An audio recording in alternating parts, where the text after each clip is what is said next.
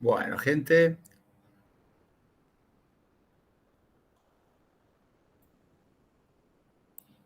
hay una parte que dice que tengo que picar algo para dejar de transcribir. Ahí está. No lo queremos subtitulado, ¿no?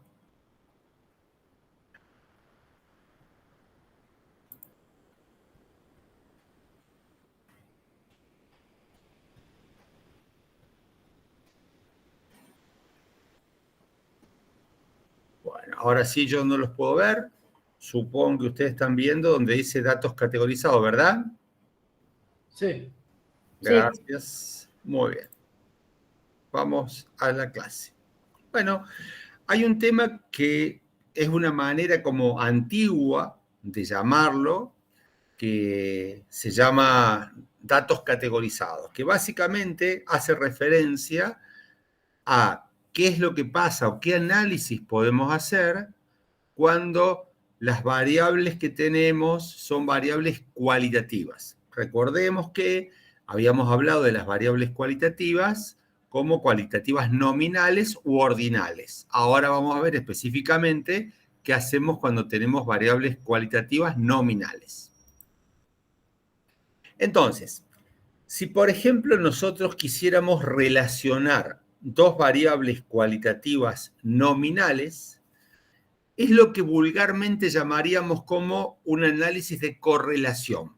¿Sí? La correlación es lo que es la idea que tenemos para asociar a dos variables. Ahora, la estadística deja reservada la palabra correlación solo para el caso cuando las dos variables son cuantitativas o por lo menos cuando las dos variables son ordinales.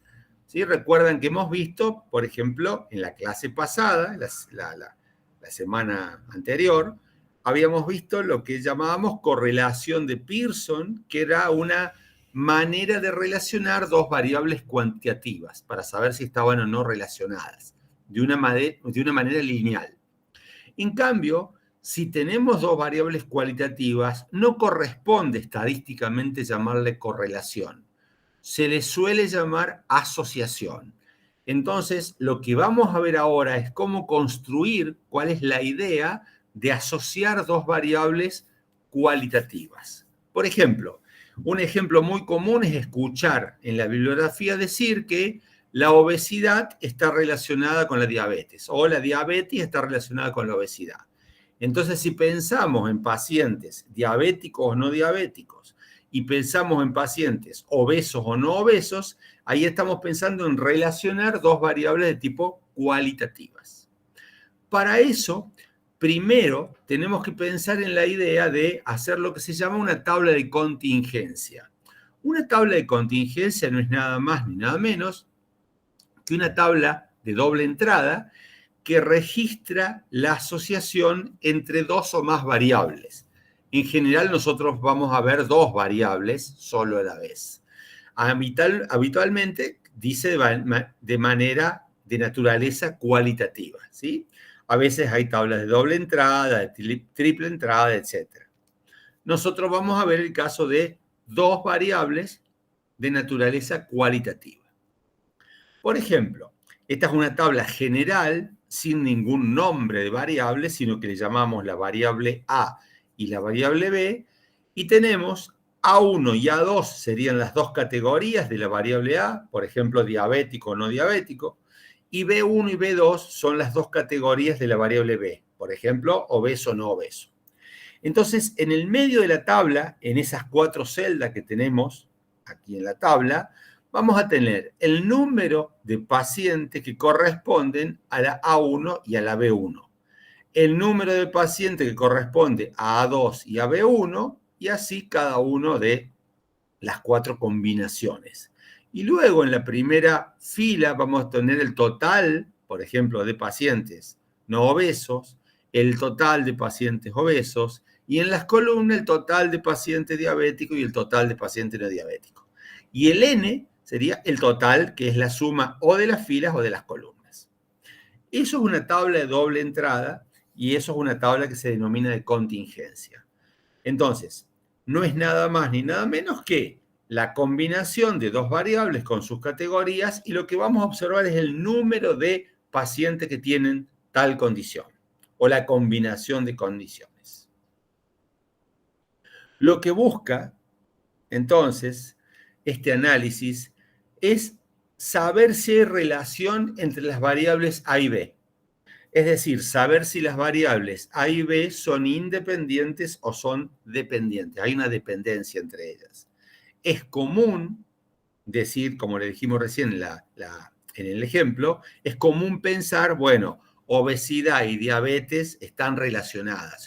Hay una relación entre esas dos variables, pero en alguno de los ejemplos que podemos poner en las áreas de ustedes, hay que poner a prueba relaciones entre dos variables. No sabemos si se relaciona una variable con otra variable. Lo que vamos a ver ahora es la prueba que hay que hacer para saber si dos variables cualitativas están relacionadas. ¿Qué análisis podemos hacer con estos datos? Vamos a hacer primero una prueba que se llama prueba de independencia chi cuadrado. La prueba chi cuadrado se simboliza con una letra griega que es como una X, ¿sí? La letra griega chi es como si fuera una X, acá está dibujada como una X, pero es como una X, y elevada al cuadrado. Es una prueba que se hace y tiene el nombre de una letra griega. ¿Qué hace la prueba chi cuadrado? Bueno, la prueba esta tiene como objetivo determinar si existe independencia, o lo que es lo mismo, si existe falta de asociación entre dos variables de tipo cualitativas. Entonces, la hipótesis nula es que hay independencia, o sea, que no están relacionadas las dos variables, y la hipótesis alternativa es que sí hay, perdón, que hay independencia, y la alternativa es que no hay independencia, es decir, son dependientes. En esta prueba se calcula ese valor chi cuadrado, fíjense acá sí está puesta la letra griega chi, que es como una X, se calcula un valor, un estadístico, una formulita que hace este análisis. Si ese valor es muy grande, es suficientemente grande, entonces es una evidencia de la dependencia entre las dos variables. Quiere decir que hay dependencia, que no son independientes las dos variables. Y para determinar si ese valor chi cuadrado es grande y por lo tanto es estadísticamente significativo, se le asocia, mediante una tabla y un análisis de búsqueda de probabilidades, un valor P, como siempre hemos hecho. Recuerden que nosotros hemos hecho análisis, todos los análisis que hicimos tenían una hipótesis nula y una hipótesis alternativa, y cada análisis tiene un estadístico, un valor de una formulita. Como nosotros no sabemos de memoria los valores de esa formulita, la manera de saber si se rechaza o no la hipótesis nula es con el valor P. Acá también nos va a dar un valor P y nos va a decir si se rechaza o no. Vamos a ir directamente a un ejemplo para entender qué está haciendo este test estadístico. En el ejemplo dice que se evaluó el valor de la troponina al ingreso de los pacientes. Y el valor de troponina, que es un marcador cardiológico, se lo divide en dos. Si es mayor a 15,6 en mujeres, se le dice troponina alta. Y si es menor este valor, se le dice troponina baja. Mientras que el valor de corte en hombres, en varones, es 34,2. O sea, si en un varón tiene un valor mayor a 34,2, se dice troponina alta, y si es menor, se dice troponina baja. La pregunta es, en una guardia van personas con fuerte dolor de pecho, se le hace el análisis de la troponina y se fijan si son troponina alta y troponina baja. Bueno, y luego se observa con los estudios pertinentes si estas personas tenían afectadas vasos del corazón. Si tienen 3 o más vasos afectados, se dice que es grave. Si tienen menos de 3 vasos en el corazón afectados, se dice que es leve. Por lo tanto, se quiere saber si hay relación entre la troponina alta o baja y la cantidad como más de 3 o 3 o más o menos de 3 vasos. O sea, si hay relación entre el valor de la troponina y el tamaño del daño, de la injuria en el corazón. ¿Sí? Si hay relación, troponina, número de vasos. Fíjense que lo que tenemos ahí, esos números, son el número de pacientes en cada una de las combinaciones. Fueron 18 las personas que tuvieron troponina baja y tenían menos de 3 vasos. Pero 2 personas que tenían troponina baja tenían 3 o más vasos que fueron los afectados. Mientras que 15 personas que tenían troponina alta tenían menos de 3 vasos y 12 personas que tenían troponina alta tuvieron 3 o más vasos. Fíjense que por más que la troponina es una variable cuantitativa y el número de vasos también es una variable cuantitativa, lo que han hecho los autores de este trabajo es decidir bajarle la jerarquía a la variable cuantitativa y llevarla como variable quali, baja alta o 3 o menos, menos de 3 o 3 o más. ¿Sí? Entonces, lo que vimos en su momento a principio de clase, que decíamos que la jerarquía de una variable se lo daba su propia forma de medir, ¿sí? Su característica propia. Si una variable es de tipo cuantitativa, yo no le puedo darle más jerarquía, pero sí puedo quitarle jerarquía y hacerla cualitativa nominal, como en este caso. Entonces, la hipótesis nula es que la troponina es independiente del daño múltiple de vasos. La hipótesis alternativa es que la troponina no es independiente del daño múltiple. Y fíjense que no estoy hablando de causalidades, no digo quién causa a quién, digo si se asocian o no se asocian. Ahora miremos esto. Fíjense en un ejemplo que no tiene que ver con troponina, pero fíjense en un ejemplo de un gráfico, cómo se vería el gráfico cuando no hay asociación entre una cosa y la otra. Miren, acá tenemos la presencia o no de un virus respiratorio, dependiendo del sexo de la persona. Miren esto. Si yo no tengo en cuenta si es varón o mujer, ¿sí? Voy a tratar de ver si puedo marcar acá, activar el lápiz. Si yo no tengo en cuenta si es varón o si es mujer, el 36% de los pacientes no tenían virus, mientras que el 64% de estos pacientes tenían virus. Digo, sin importar si el paciente es varón o mujer.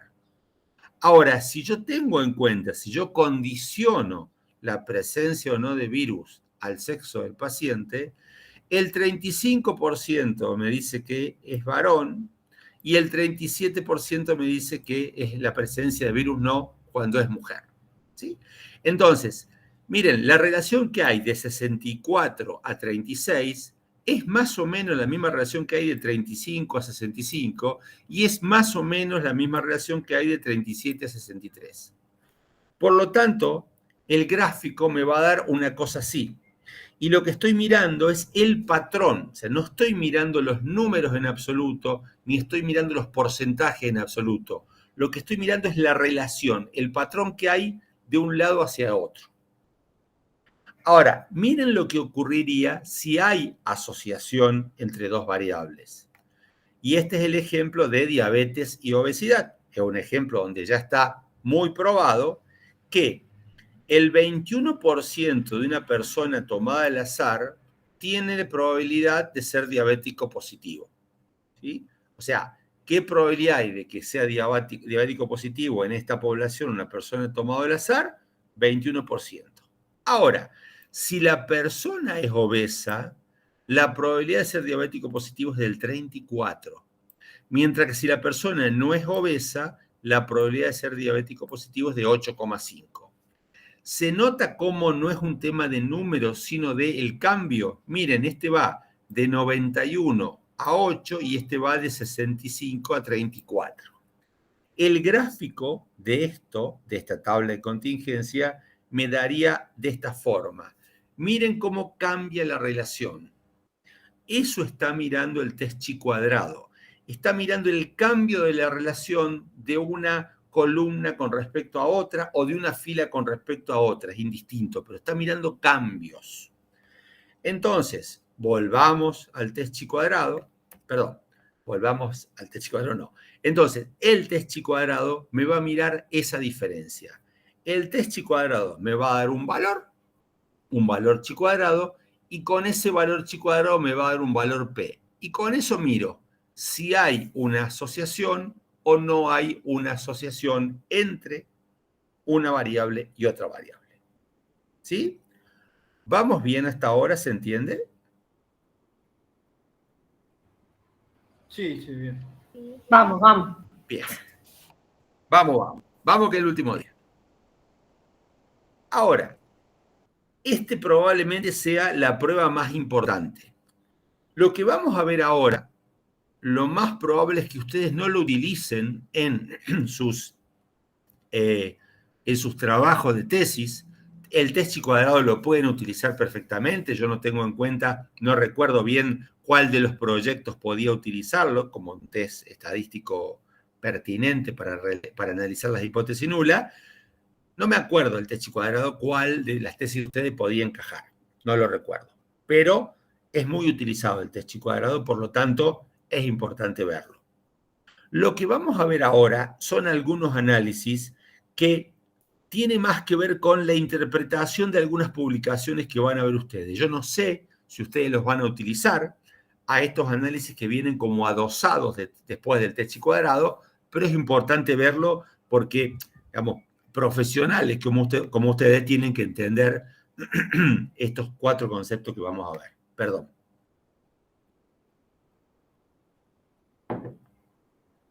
Vamos a ver un concepto que se llama riesgo relativo.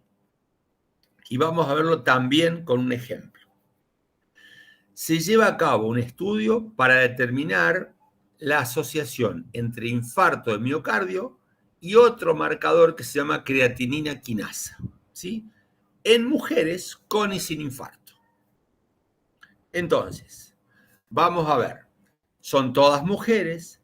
Tenemos un grupo de pacientes que sí tuvieron infarto, un grupo de pacientes que no tuvieron infarto, y acá valores de esta creatinina quinasa como altos y bajos. Y estos son los números que me dan en la tabla de contingencia.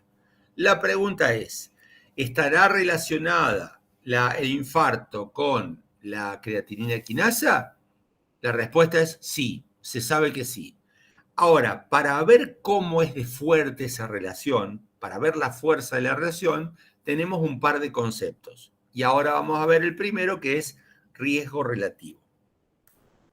Vamos a verlo así. Si yo hago esta tabla y siempre pongo acá lo que entiendo como causa o predictor y acá como entiendo como consecuencia o gol estándar, si lo veo de esa forma, voy a ver cuál es el riesgo de infarto teniendo creatinina quinasa alta o creatinina quinasa normal. Esa es la idea de poner en filas la creatinina quinasa y en columnas el infarto. Vamos a verlo así.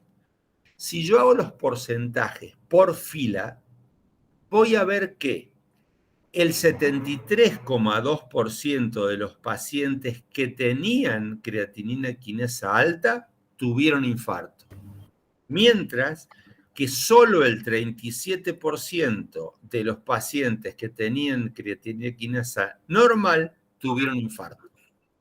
¿Sí? Hola, profe Analía. Hola, ¿cómo les va? Perdón, pero recién me doy cuenta de la hora. ¿Cómo le va, por favor? No la veo porque estoy en la computadora en la universidad. ¿Me va bien? Me encanta ver tanta gente trabajando, qué bueno. Bueno, me alegro. Disculpen la hora. Entonces, fíjense que 65% es la probabilidad de un infarto en esos pacientes. En esas pacientes la probabilidad de infarto es 65, pero cuando lo condicionamos, la probabilidad de infarto cuando la creatinina quinasa es normal es de 37 y la probabilidad de infarto de los pacientes con creatinina quinasa alto es del 73. ¿Sí? Entonces la pregunta es, ¿cuán fuerte es esa relación? ¿Hay una idea de fuerza? Vamos a verlo. ¿Cuál es el riesgo de tener un infarto? El riesgo de tener un infarto es 65,3%.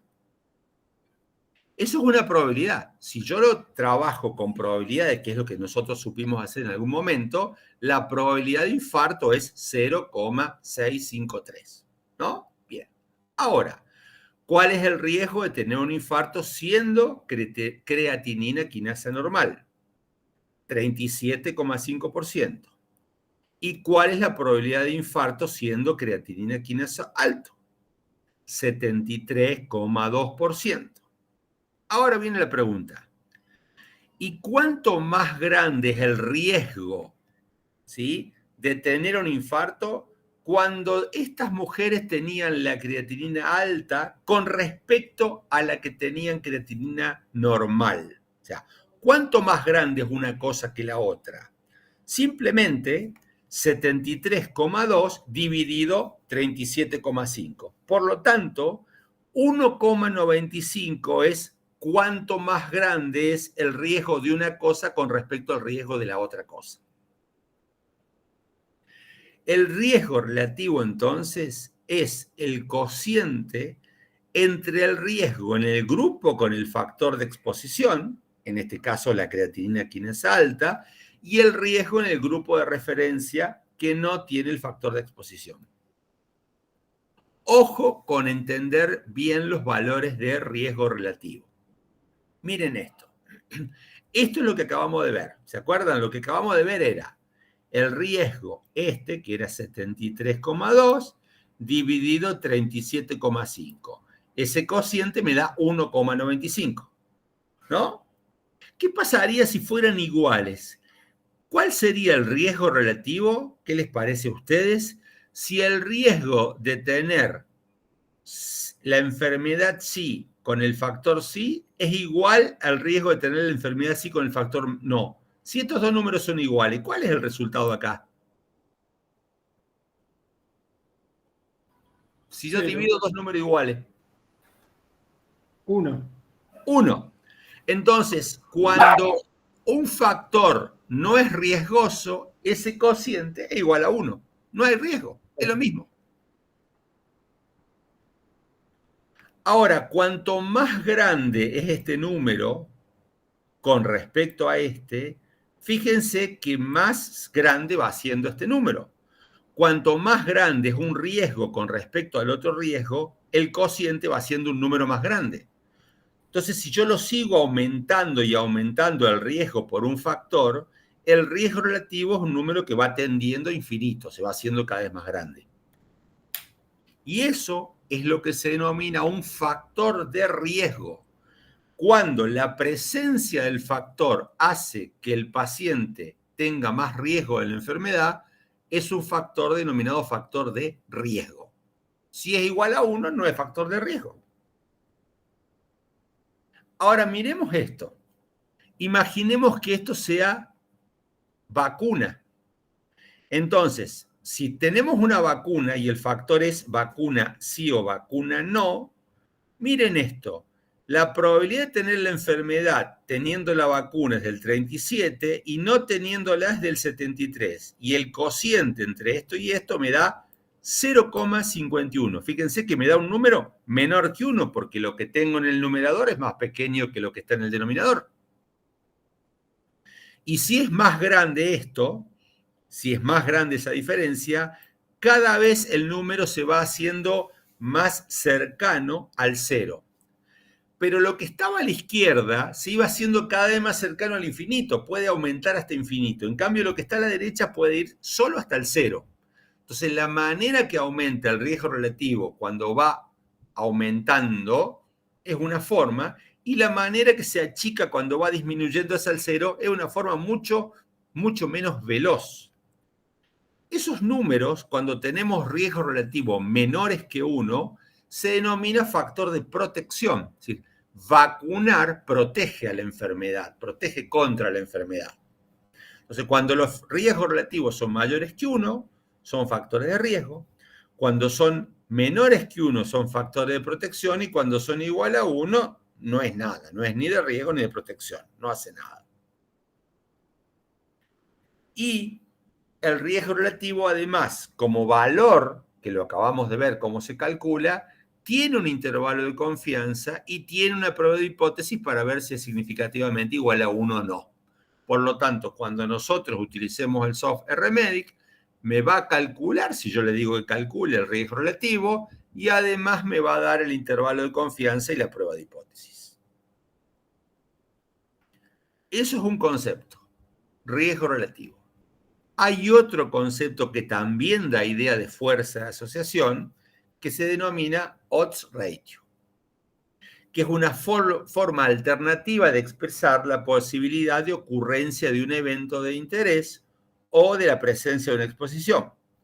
Tiene como objetivo comparar chances, y no estamos hablando de probabilidades como recién, estamos hablando de chances por medio de un cociente.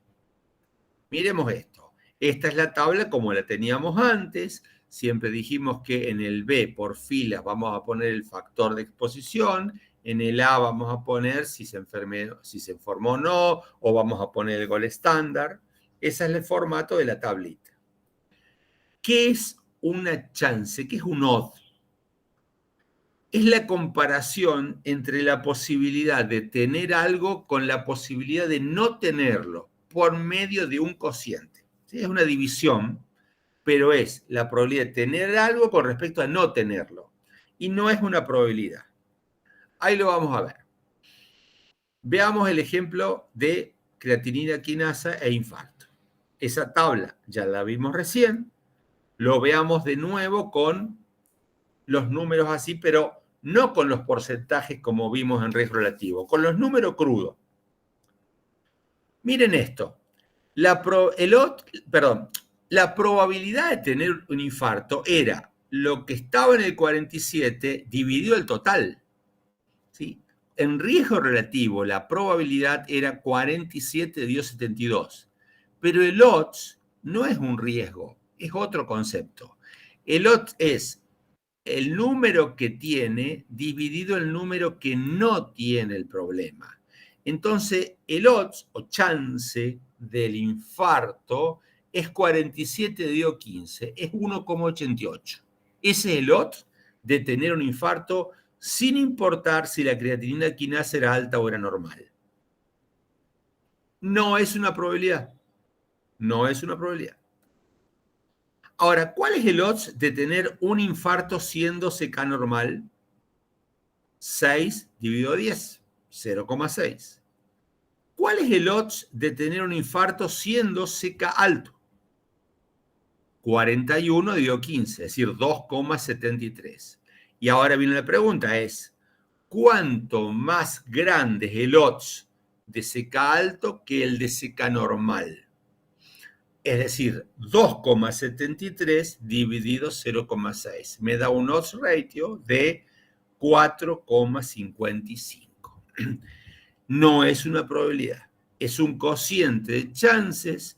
En algunos libros en español le llama cociente de momios, es un término que nosotros no utilizamos, y el odds no se utiliza mucho en la Argentina. Nosotros en Argentina tenemos todos los juegos de azar o los juegos de apuestas tienen que ver con probabilidades y no con odds. No trabajamos mucho con los odds, por lo tanto no son intuitivos. Cerrando, un odds ratio entonces la posibilidad que una condición de salud o enfermedad se presente en un grupo de población frente al riesgo que ocurra en otro grupo de la población, teniendo en cuenta los sí versus los no, y no los sí versus el total. Ojo con los valores de odds ratio. De nuevo, si hacemos esto, recuerden que era el caso anterior. Los no era 6 contra 10, los sí era 41 con 15, y eso me daba 4,55.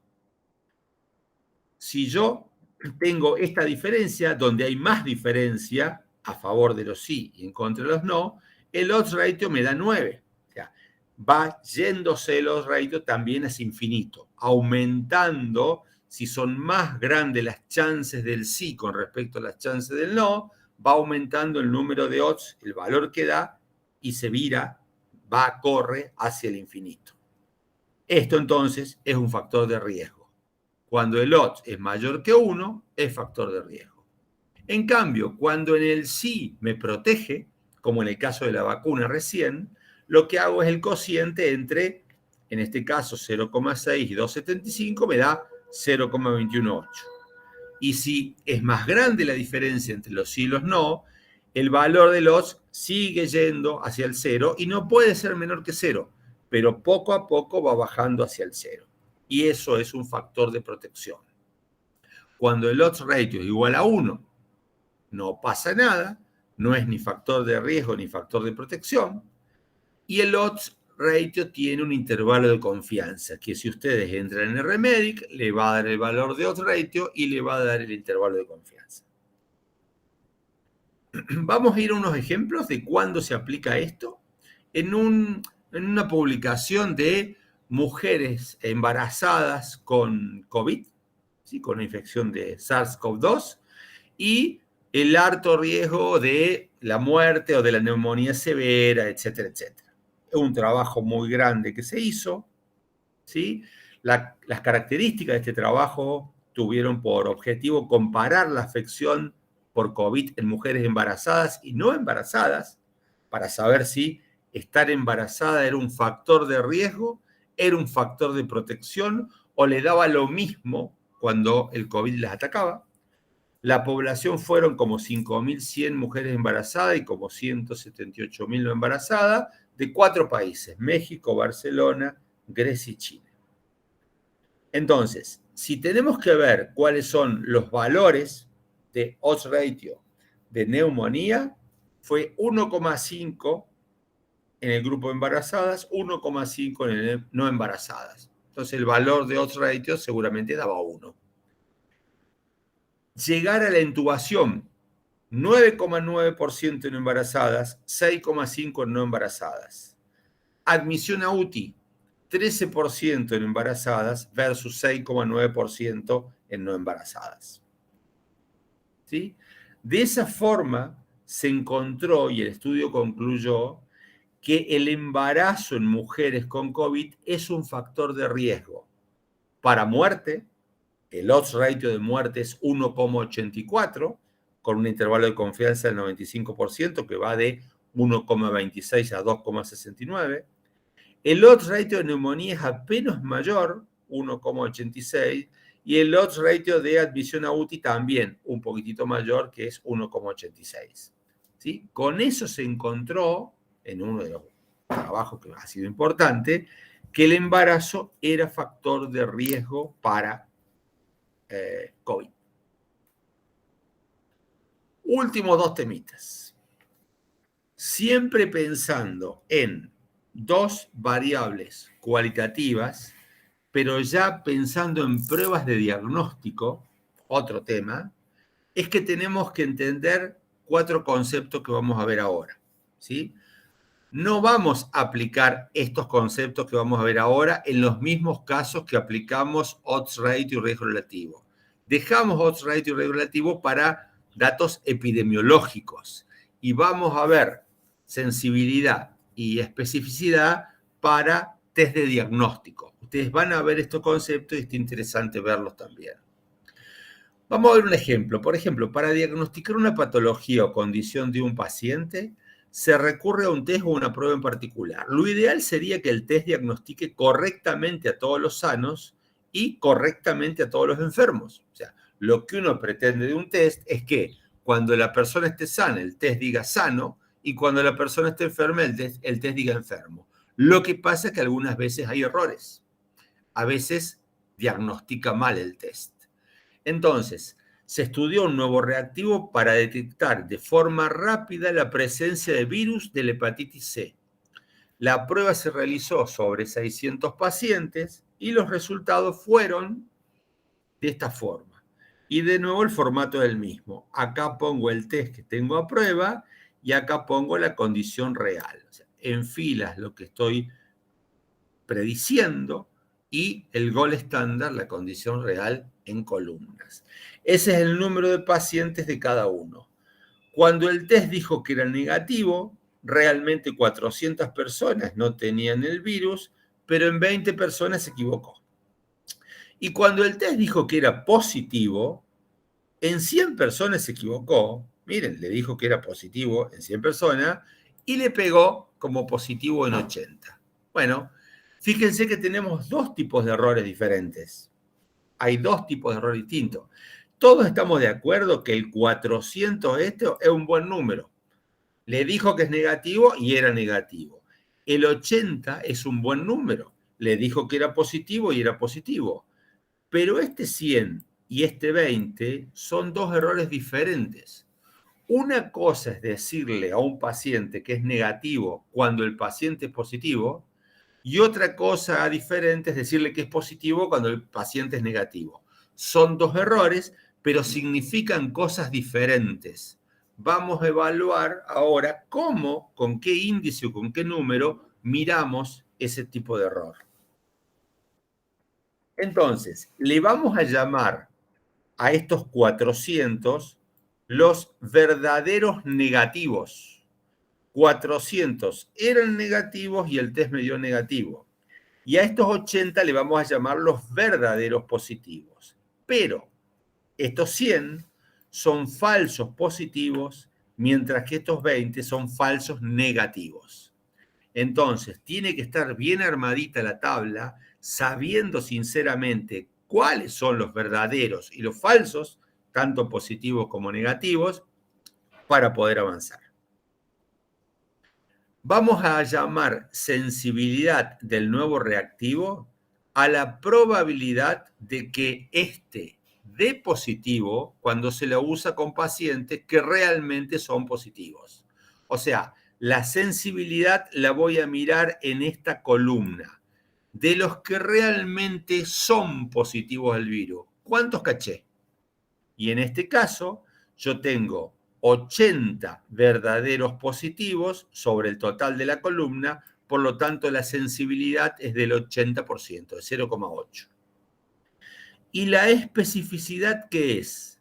La especificidad tiene que ver con la otra columna, no, vamos acá, tiene que ver con esta columna, y la especificidad me dice cuántos de los que no tenían el virus le digo realmente que no tenían el virus. Y eso es a 400, que son los verdaderos negativos, sobre 500. Quiere decir que también la especificidad es del 80%. O sea, este test tiene tanto una sensibilidad del 80 como una especificidad del 80. O sea, 20% es lo que se me escapa de un lado y lo que se me escapa del otro. Por último, vamos a ver dos conceptitos más que son parte de lo mismo que veníamos hablando, pero en vez de mirarlo por columna, los miro por fila. ¿Qué capacidad tiene el test? Entonces, cuando estudiamos sensibilidad y especificidad, hacemos referencia a la capacidad que tiene un test para diagnosticar una patología. Pero al hacer ese test, nuestro interés es determinar si el paciente tiene realmente la patología cuando obtenemos un test positivo, o bien que realmente el paciente sea sano si tenemos un test negativo. ¿Sí?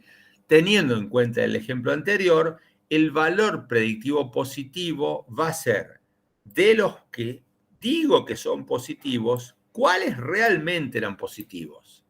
Yo dije que 80 eran positivos yo dije que 180 eran positivos cuando realmente 80 lo eran, por lo tanto, mi capacidad de predicción positiva es del 44%. Mientras que en los negativos, mi capacidad de predicción negativa es 400 dividido 420. Tengo una alta capacidad de predicción negativa, pero tengo una muy baja capacidad de predicción positiva. Es decir, cuando yo te digo que no lo tenés, y tenés alta chance que no lo tengas. Ahora, cuando te digo que lo tenés, dudá. Eso es lo que me está diciendo este test. Bien, otro ejemplo más, que es la validación de un test de antígeno rápido, ¿sí? Haciendo screen de COVID-2, realizado por investigadores de España, ¿sí? La característica de este estudio fue la evaluación de la sensibilidad, la especificidad de un test rápido para antígeno de Roche, ¿sí? En una población de Pamplona, en 2.543 participantes. Y esos son los valores que me arroja la validación. Fíjense que dividieron a los pacientes en pacientes asintomáticos y pacientes con alto riesgo de COVID-19, y fíjense los valores de sensibilidad, especificidad, valor predictivo positivo y valor predictivo negativo. O sea, son altas las probabilidades de detección negativa, pero son muy bajas las probabilidades positivas. En cambio, los pacientes con alto riesgo de COVID son muy altas, casi todas, excepto un poquitito más bajo la probabilidad de cachar los positivos. O sea, sube la sensibilidad, la especificidad en los pacientes que tienen alto riesgo. Resumamos entonces. Hemos visto este resumen. Primero vimos la prueba chi cuadrado de independencia, que es simplemente para saber si dos variables están asociadas o no. ¿Están asociadas o no? Bien. Ahora, la forma de la asociación y la fuerza de esa asociación la vemos con lo que viene, que es riesgo relativo y odds ratio. Y para test de diagnóstico vemos sensibilidad, especificidad, valor predictivo positivo y negativo. Entonces, la idea es ver cómo es esa relación. ¿Se acuerda de este grafiquito que lo vimos en chi cuadrado? ¿Cómo se relacionan? ¿Cómo es ese patrón? En el caso del riesgo relativo, ¿sí? Mirar el valor del sí con respecto al total, porque eso me da la probabilidad o riesgo. En el caso del odds ratio es el valor del sí contra el valor del no, porque eso me da un odds. Y en el caso de sensibilidad y especificidad, tiene que ver con las columnas, y en el caso de, porcentajes, y en el caso de valor predictivo positivo o negativo, tiene que ver con las filas de una tabla. Lo importante de la tabla es armarla bien, armar con causas o predictores como filas y consecuencias o gol estándar en columna. Esa es la manera que tenemos de armar la tabla. Vamos al RMEDIC. ¿Cómo están ustedes? ¿Vamos bien? Vamos. Sí, profe. Tengo una consulta, profe. Sí. ¿El riesgo relativo en algún caso puede llegar a ser 0? No. Como Si un tenés, factor de protección que... claro, si tenés un factor de protección tan grande que no causa que ningún paciente tenga la patología cuando tenés ese factor de protección, o sea, la vacuna perfecta sería Sí. un riesgo relativo de 0. Correcto. Bueno. Bien, tengo una base de datos. En esa base de datos, ahí la estamos viendo en un tipo Excel, tengo los pacientes uno debajo de otro y en una columna voy a tener un factor o una variable y en la otra columna voy a tener el otro. Recuerden que lo que vimos al principio es las variables que estamos utilizando son variables cualitativas nominales. Y si yo tuviera un número como 1 o 2 o 0 y 1, le tengo que indicar al RMEDIC que eso es un número, que es una letra, perdón, porque RMEDIC va a creer que es un número. Yo le tengo que indicar que es letra, aunque puse 0 y 1, le tengo que decir, che, mirá, puse 0 y 1, pero en realidad es cualitativo. Entonces, obviamente, cada vez que entro, voy a ir a control, voy a ir a tabla, voy a hacer gráfico, biribiri, pero ahora vamos a ir a pruebas de hipótesis y le voy a decir que tengo dos pruebas para hacer. Perdón, dos variables. Una variable es CK y la otra variable es infarto. Y ni bien coloco las variables, RMEDIC las detecta como variable categórica. Luego me da una serie de opciones para hacer cuando las dos variables son categóricas. Y voy a elegir el test chi cuadrado. Cuando elijo el test chi cuadrado, me va a presentar una primera tabla donde me va a decir cómo se llaman las filas y cómo las columnas. O sea, el RMEDIC acomodó esta primera como fila y esta primera como columna. Si a mí no me convence esto, yo lo tendría que dar vuelta. Pero el chi cuadrado es invariante a filas y columnas. Solo el chi cuadrado. Todo el resto de las medidas que vimos sí cambian en filas y columnas. Por lo tanto, es sano acomodar siempre filas y columnas como a mí me gusta, con causas o consecuencias, o con predictores y gol estándar. Me dice, voy a hacer el método clásico. Hay dos métodos para hacerlo. Acá detectó directamente Remedy que el método clásico era el mejor. Me da el valor de chi cuadrado, esa formulita que dijimos que ni siquiera la vimos, pero es un número. Pero a mí este número no me dice nada. ¿Qué es lo que me dice? Lo que me dice es el 0,02. 0,02 es un valor pequeñito, es menor que el alfa que yo declaré, que era del 5%, por lo tanto, RMedic me dice, el valor P es menor que el alfa, se rechaza la hipótesis nula. ¿Y cuál era la hipótesis nula? Que CK e infartos son independientes. Esa es la nula. Si se rechaza la nula, quiere decir que no son independientes CK e infarto. Las variables CK e infarto están estadísticamente relacionadas. Existe una asociación estadísticamente significativa entre las variables. Cualquiera de las 4 respuestas es correcta. Si bajo, debajo de donde dice chi cuadrado, voy a poder presentar distintos tipos de tabla y me va a dar la tabla con los números absolutos. Este es el número de pacientes que tiene CK alto y es no, CK normal y es no, CK alto y es sí, CK normal y es sí. ¿Sí? Esta tablita como tablita de doble entrada. RMedic abajo me da distintas tablas para que yo utilice la que mejor interprete mis resultados.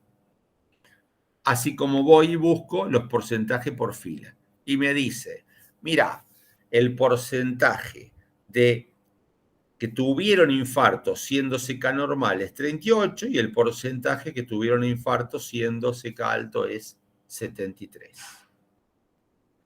Si yo voy, recuerden, aquí busqué chi cuadrado, me desplazo a la derecha, hay una solapita que se llama otros. No podíamos ponerle un nombre de un test estadístico porque no son test estadísticos realmente, son otros análisis. Entonces le pusimos otros como otros análisis y acá ponemos, mira, yo te voy a dar otros análisis, pero mira, te los voy a acomodar así. Filas y columnas, verdadero negativo, verdadero positivo, falso positivo, falso negativo. Si vos estás de acuerdo, sigo. Y el análisis te sigue y te pregunta, mira, necesito saber cuál es el cero, cuál es la ausencia de alto o de normal, porque el soft no entiende que alto o normal es el 1 o es el 0. Entonces yo le tengo que decir quién es el 0. Y acá le digo, mira, el 0 es normal, alto es el 1. Y acá le digo, el no es el 0 y el sí es el 1. Bien, porque son letras. Yo tengo que decirle quién es el 0 y el 1 para que me ponga 0 y 1 acá. Entonces me dice, bueno, mira, entonces te quedó esto. ¿Estás de acuerdo? Si estás de acuerdo, seguí. Sí, estoy de acuerdo. Vamos. Entonces me dice, mira, te dio un odds ratio de 4,56 con un intervalo de confianza de 1,41 hasta 14,73. ¿Qué quiere decir esto? El 4,56 es el valor de odds ratio que yo tengo en la muestra. En la muestra que obtuve, el odds ratio es 4,56. El intervalo de confianza, como lo hemos visto antes, es la manera de predecir entre qué valores de ese intervalo de confianza contienen al verdadero valor poblacional. Es decir, en la población, el odds ratio poblacional puede ir de 1,41 hasta 14,73. A su vez, el riesgo relativo es 1,95 con un intervalo de confianza de 1,02 a 3,75 con un valor P de 0,01 y rechazo la hipótesis nula de que el riesgo relativo es igual a 1. No es igual a 1. Quiere decir que CK es factor de riesgo. Es un riesgo tener el CK alto. Si quisiera estudiar sensibilidad y especificidad, me daría el valor de sensibilidad, de especificidad, de valor predictivo positivo y de negativo, si los necesito también debajo de esa solapita que se llama otros. Ahora, a seguir trabajando con RMedic. Ya están habilitadas en la página, en la base de datos y la guía, para que ellos tengan acceso. ¿Cómo le va, profe? ¿Todo bien? Bien, ¿cómo estás? Un gusto. ¿Todo bien? Acá estoy en la Universidad Católica. Sí, eso me veo. Te veo. Bueno, ¿cómo vieron hasta ahora esto antes de pasar bien al crudo de RMedic? A cómo resolver un ejercicio de la guía. ¿Qué les pareció? Florencia, tenés que hablar, no solo poner ese rostro. ¿Cuál de las dos? Florencia Serignana, ella sabe que es ella. Porque Florencia Bruno es muy buena por el truco, es buenísima. Claro, pone cara de nada y cagué yo. Bueno, yo les decía a Analía, ni bien comenzó la clase, que yo no recordaba que alguno de los proyectos que habían presentado ellos tuviera que solucionarse con una prueba de chico cuadrado. No me acordaba si sí o si no, no recordaba. Lo que sí estaba seguro que ninguno iba a tener prueba de diagnóstico, o sea, ni sensibilidad ni especificidad. Pero ustedes van a leer o han leído publicaciones seguramente cuando dicen odds ratio o riesgo relativo. Entonces, tienen que saber qué significa esto porque es apenas un poquito más del chi cuadrado. Si ya saben el chi cuadrado, ya es un poquitito más. Ahora, si tuvieran que relacionar dos variables cualitativas, la herramienta estadística es el chi cuadrado. Y si ven en una publicación que se hizo un chi cuadrado de independencia, que es esto lo que estamos viendo, simplemente es esta tablita de contingencia. Nada más. ¿Las variables eran 2 o más o 2 solas tenían que ser? Todos estos análisis son solo para dos variables. Dos. Ahora, dos variables, pero para hacer la prueba de chi cuadrado, cada variable puede tener más de dos categorías. Por ejemplo, suponete que quisiera saber si la diabetes se relaciona con la obesidad y yo tengo diabetes como sí no y después tengo normopeso, sobrepeso y obeso. Ya tengo tres categorías. O sea, son dos variables, diabetes y obesidad, pero obesidad la puedo tener en tres categorías. Para hacer el chi cuadrado. Pero para todas las otras herramientas que vimos, sí o sí son dos variables y 2 por 2. No hay otra forma de hacerlo. Bien. ¿Sí? Bárbaro. Muy bien.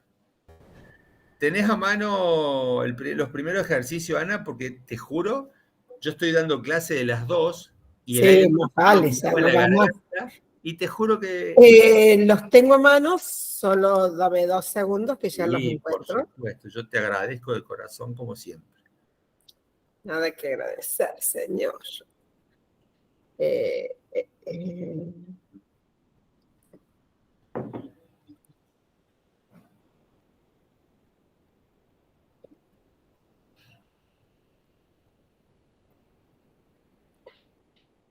Vamos a poner RMedic.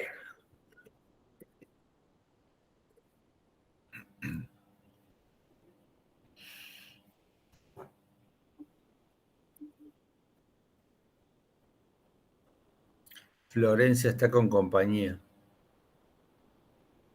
No solo le envío el mate, sino que también tiene su compañero o compañera ahí.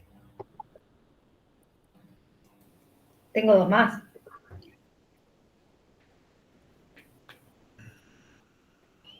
¿Son tres? Son tres. ¿Cascarrabias? Tres densos. Intensos. Poliamor, es eso. Poliamor. Todo macho encima. Arnaldo, ¿me pones como co-host para poder compartir?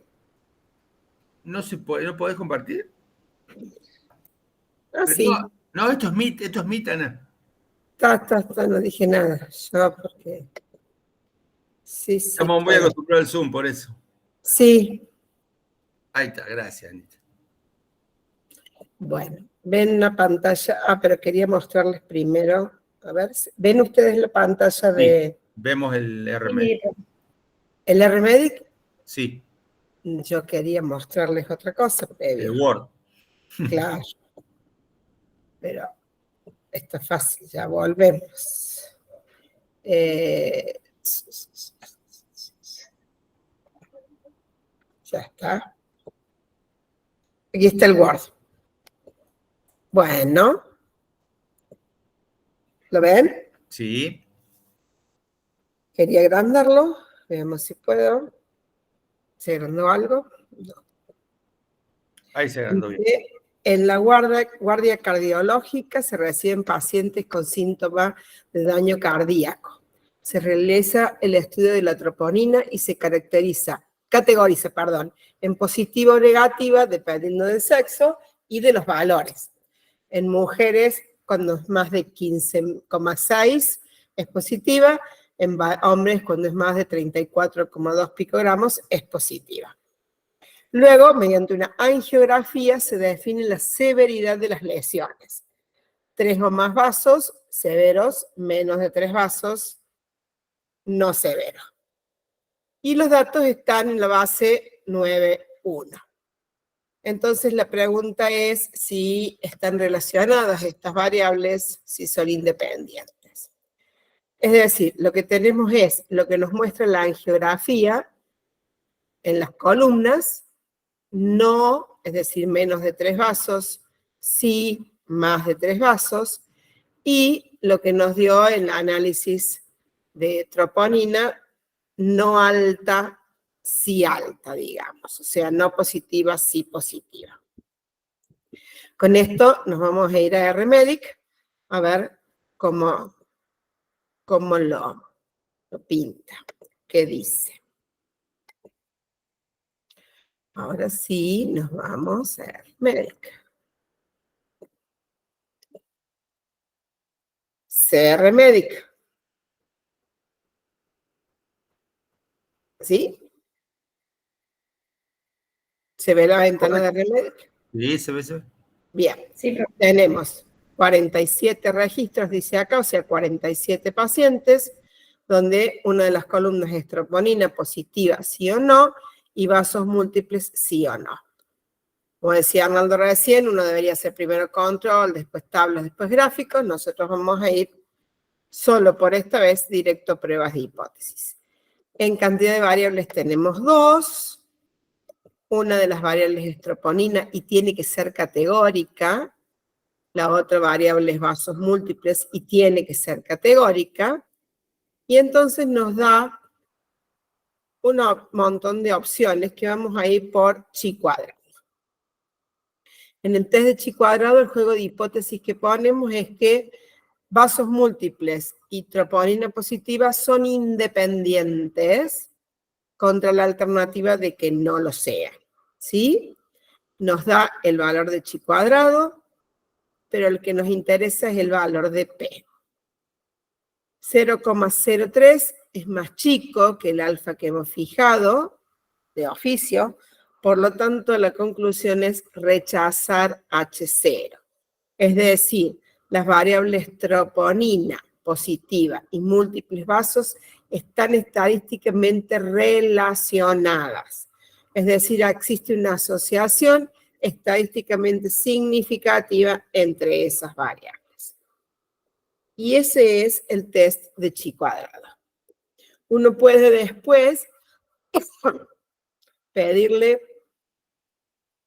que le muestre, esta es la tabla original, como si lo hubiéramos armado en lugar de tener una paciente bajo otro en el Excel, y podemos pedirle aquí, por ejemplo, que nos haga los totales por filas,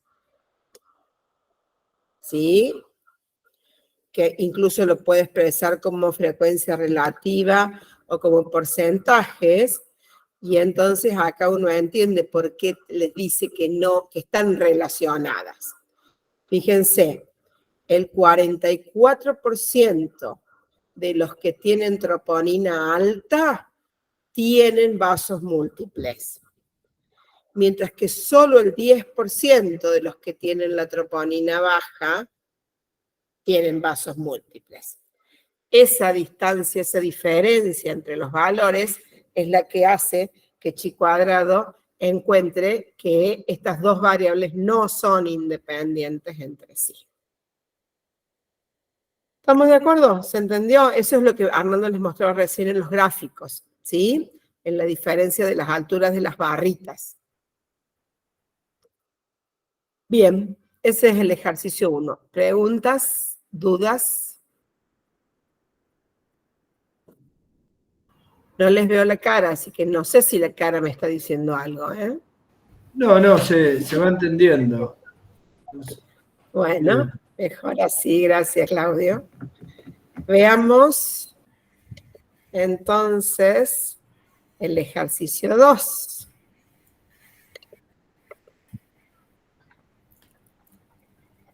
En el ejercicio 2,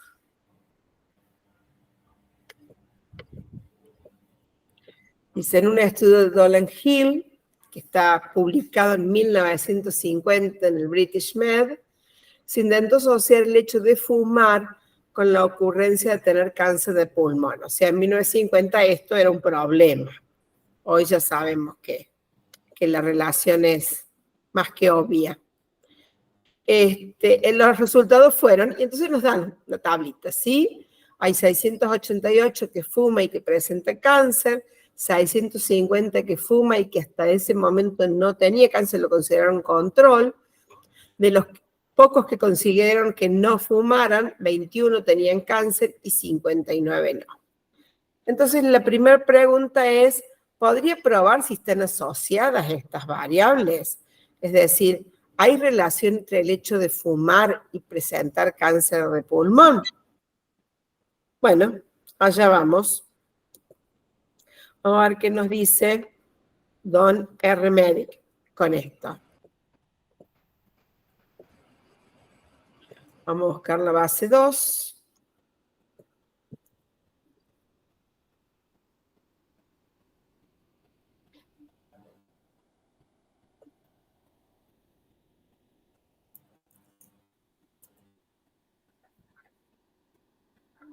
En esta base que hay 1.418 pacientes en total, o en una columna me dice si es fumador o no el paciente y en la otra si tiene cáncer o es un caso control. Voy a ir a pruebas de hipótesis, me está pidiendo lo mismo que recién, ¿sí? Tengo dos variables, una es saber si fuma o no, la otra es saber si presenta cáncer o no. Mi juego de hipótesis es que son independientes, o sea, no hay ninguna relación entre estas variables. El hecho de fumar no está relacionado con la presencia de cáncer. Me hace las cuentas chi cuadrado y me dice que el valor de P es mucho menor que el 0,001, por lo tanto debo rechazar la hipótesis nula, ¿sí? Es decir, que existe una asociación estadísticamente significativa entre estas variables. Y entonces, ahora sí, había otra pregunta que me pedía cuál era el riesgo relativo y cuál era el odds ratio para este ejemplo. Y entonces acá me voy a ir a otros.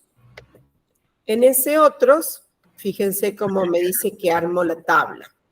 No fuma, no cáncer, ¿sí? Que no es como yo lo tenía. ¿Sí? Como lo teníamos en la tablita original, ¿se acuerdan? O sea, yo tengo que decirle que el 0 es el no fumador. Y entonces, acá voy a poner que el 0 es el no fumador, y en este caso está bien, el 0 es el control. Para que de esta manera esta fila no quede como primera, sino como segunda. ¿Se entiende eso? Yo tengo que hacer que reconozca quién es 0, porque si no los verdaderos negativos, los falsos negativos, los verdaderos positivos, falsos positivos, van a ser diferentes de los que deberían dar. Yo necesito indicarle quién debe ir como primera fila, que es el 0 para ellos, y quién debe ir como primera columna, para que de esa manera arme bien la tabla. Entonces, el 0 es el no fumador en las filas, el 0 es el control en las columnas, ¿sí? Eso es súper importante porque si no sale cualquier resultado como cuenta. Entonces, acá la dio vuelta la tabla, fíjense, no fumador, control, fumador. Y entonces hay 59 verdaderos negativos, es decir, no fuman y no han desarrollado cáncer. Y 688 verdaderos positivos, fuman y han desarrollado el cáncer. Pero nos quedan 21 falsos negativos, que es gente que no fuma, pero el cáncer lo desarrolló igual. Y hay 650 falsos positivos, de que a pesar de que fumen, no están considerados entre el grupo control, porque no han desarrollado evidencias de cáncer. Con esa tabla así armada, nos calculan los ratios de 2,97 y además nos da el intervalo de confianza del 95%. Dice que va entre 1,78 y 4,94. Y lo mismo nos hace para el riesgo relativo. Dice que el riesgo relativo es de 1,96. Es decir, que está por arriba de 1. O sea que fumar es un factor de riesgo a la hora de pensar en contraer el cáncer. Y ese intervalo va entre 1,35 y 2,84, con lo cual siempre es un factor de riesgo, siempre está por arriba de 1, pero como si fuera poco, me hace la prueba de hipótesis para ver si esta es distinto de 1 y me dice que la probabilidad es 0. O sea que realmente hay un factor de riesgo en el hecho de fumar, ¿sí? Y nos da todos los cálculos que hizo por si queremos revisarlos o rehacerlos. ¿Se entendió esto? Sí, sí. Podría pedirle acá valor predictivo, pero esto es, si yo estuviese haciendo, como sencilla especificidad, yo estuviese haciendo aplicando algún test, que no es el caso, ¿sí? Vamos a buscar otro ejercicio que sea acorde a estos otros análisis. ¿Dudas con respecto a esta parte? No, yo creo que lo más difícil es ordenar bien en el cuadrito como para darse cuenta de eso. Tal cual. O sea, saber bien a quién le doy el 0 y a quién le doy el 1. Sí. ¿Habían escuchado los conceptos de riesgo relativo y odds ratio? ¿Lo han leído? Sí, sí. Bien, es un cálculo matemático simplemente y se usa mucho en epidemiología, muchísimo. Sí.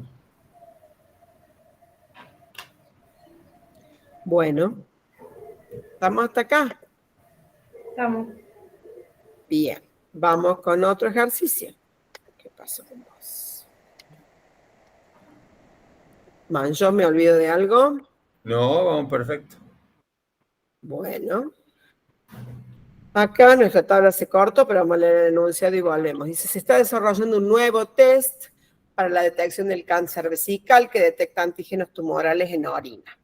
El nuevo test es comparado con la técnica citológica, que se sabe tiene una sensibilidad del 67,9 y una especificidad del 94,12. La sensibilidad es la posibilidad de detectar que los positivos y la especificidad es la posibilidad de detectar los negativos, ¿sí? Con el objetivo de determinar la sensibilidad y especificidad del nuevo test, se realizan pruebas sobre 113 pacientes con diagnóstico de cáncer confirmado. Y entonces, tenemos, como decía recién Arnaldo, una tablita que, como filas, van nuestras pruebas nuevas. Como nos dio para nuestro nuevo test, quienes dieron negativo y quienes dieron positivo. Y como columna, el estado real del paciente, sin cáncer y con cáncer. Fíjense que acá ya está armado bien, con 0 y 1, para el estado real del paciente y 0 y 1 para los resultados de nuestro test, ¿sí? Podemos decir algo respecto a la sensibilidad y especificidad del nuevo test comparado con la técnica citológica. Tenemos que ver si mejoramos este 67.9 y este 94.12. Allá vamos. Vamos con RMedic. Vamos a buscar la nueva base de datos.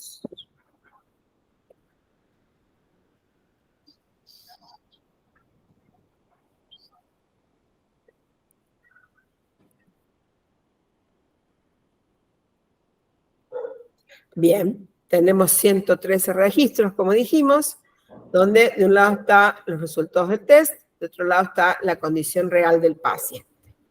Nos vamos a pruebas de hipótesis, siempre tenemos dos variables en juego, ambas tienen que ser categóricas, ¿sí? Para que nos pueda reconocer el test que queremos hacer. Nos vamos a otros, y de nuevo acá nos pide quién es el 0 en las filas, quién es el 0 en las columnas. Nosotros lo habíamos pensado así, con cáncer no puede ser. Fíjense que acá tiene que ser sin cáncer el 0 para las columnas, ¿sí? Está bien el 0 en las filas, pero tengo que invertir estas dos columnas para que detecte bien quién es el verdadero positivo, el verdadero negativo, etc. Entonces tenemos 12 verdaderos negativos y 80 verdaderos positivos. Como decía recién Arnaldo, sensibilidad y especificidad las calcula a través de las columnas. Entonces, eso es lo que le vamos a pedir. Y nos da una sensibilidad de 0,82 y una especificidad de 0,75. Acá nos muestra las cuentas, o sea, hizo 80, que es el verdadero positivo, dividido en 97, que es el total de esta columna, para que les dé el 0,82. Teníamos un 69,7, o sea, en sensibilidad mejoramos. Este test reconoce mejor los positivos que el test anterior. Para calcular la especificidad, hizo 12 dividido 16, que es el total de los que no tenían cáncer, y le da solo un 0,75. Es decir, que ahí empeoró, disminuyó mucho la especificidad de este test respecto del test que venían manejando, ¿sí?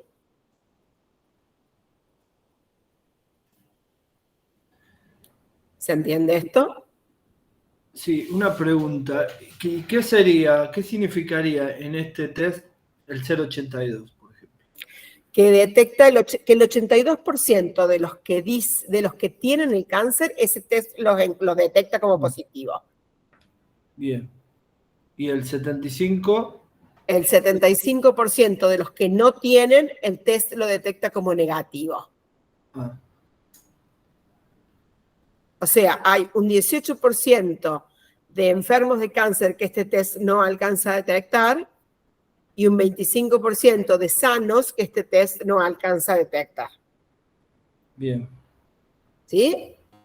Sí. Y eso es lo que decíamos hace un ratito sobre el costo de cada uno de los dos errores es diferente.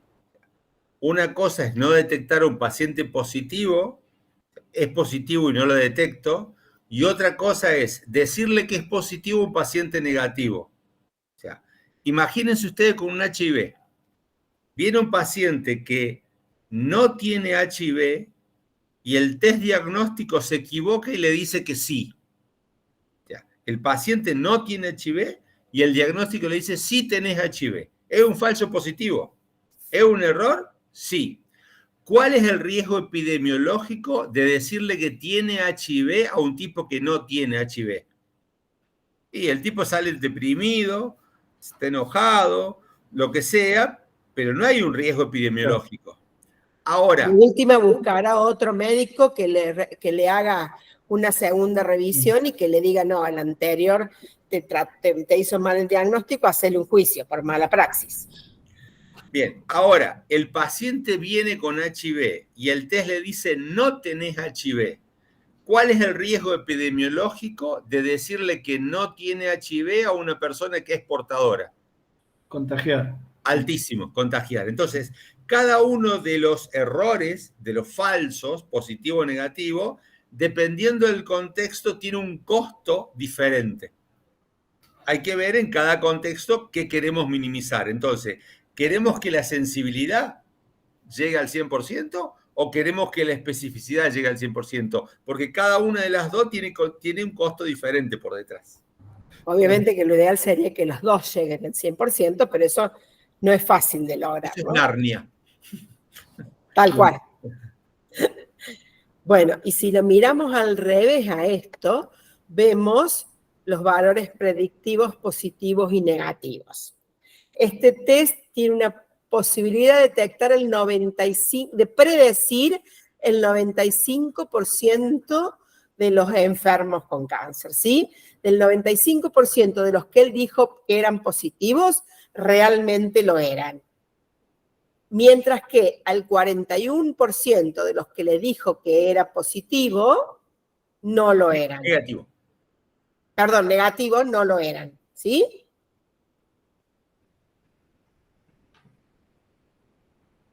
¿Estamos de acuerdo?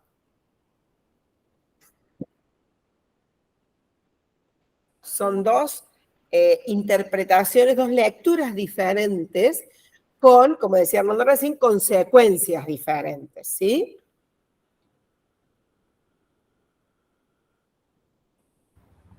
Sí, está bien. Lo mismo pasaba con el COVID y los test, ¿no? Que Tal cual. Sí. Así es. por ahí te dan negativo y por ahí das positivo. Así es. Tal cual. Exactamente. Si no tenías demasiada concentración de virus, Claro, tenías un falso negativo. Bueno, y todas esas consecuencias con los falsos negativos y los positivos, ¿sí? La pandemia de COVID trajo mucho aprendizaje de metodología de investigación y de epidemiología. Aprendimos muchas cosas. En muy poco tiempo. Hasta lavarnos las manos. En muy poco tiempo. Bueno, gente, ustedes dirán qué se entendió y qué hace falta reforzar. Uy, no sé qué hice, pero se me cambiaron de lugar ustedes.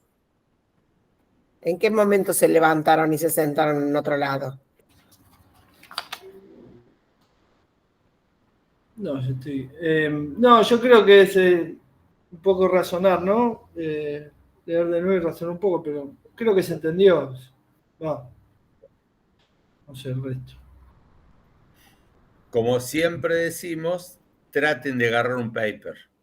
Agarren un paper que vean que googleen un paper del área de ustedes y que haya hecho un chi cuadrado o odds ratio o riesgo relativo con aplicaciones.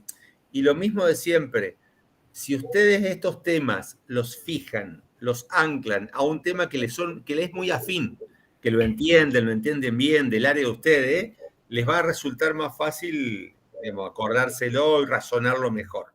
Así que siempre los instamos a que hagan eso.